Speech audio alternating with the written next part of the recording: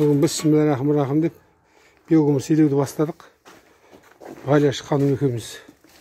Міне осы нені бастап илеп жатырмыз. Бүгін жаңадан елек жасадық. Елегімізді бітіріп алып, ана сеткісі бестік. Өзімізге ыңғайлы, еңкейіп тұрып жүріп істеуімізге ыңғайлы істеп алдық. Міне қазір істеп жатырмыз. Мына жағындағы түсіп отқан ат қоты. Міне қазір ниятын алып жатырмын қазір. Основной нені жаңағы Шылаушанның өңдеп берген көңі биогумус. Міне мынау ненің астына жасаған жүзімнің көлеңкеге қылып бәрін бетіндегі картон қағазды тастаған, өткенде жаңбырдан қат неғып кетпесін деп, келіп қалмасын деп. Міне қазір алып тастап, осыны жайлап қозғап тірлік істеп жатырмыз. Ғалияш ханым екеуміз.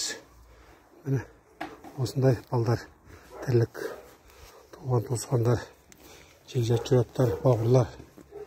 Міне бастамасын бастадық бүгін. Бүгін жаңа қарашаның екісі деп бастап кеттік. Күн жолы кеше жаңбыр жауған, бірақ бүгін күн шайдай ашылып кетті, әдемі болып. Міне істеп жатқанымыз. Міне Ғалияш ханымның тірлігі істеп жатқаны өзімді де көрсетіп қояйын сендерге. Міне осындай жағдай істеп жатқан тірліктеріміз.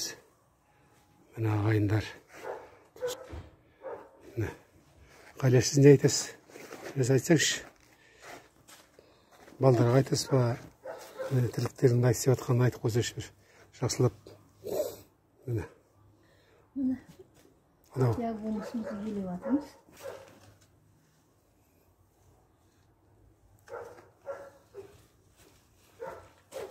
Елегімізді жаңадан істедім де, соны эксперимент жасап жатырмын.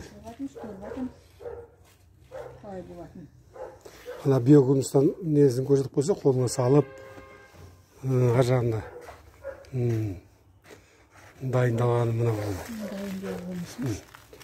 Дайындалған биогумус. Осындай ағайындар. Еңбек етсең ерінбей, тояда қарны тіленбей деген атам қазақ айтқандай, істеу керек, қимылдау керек, бос отырмау керек. Екеуміз де зейнеткерміз.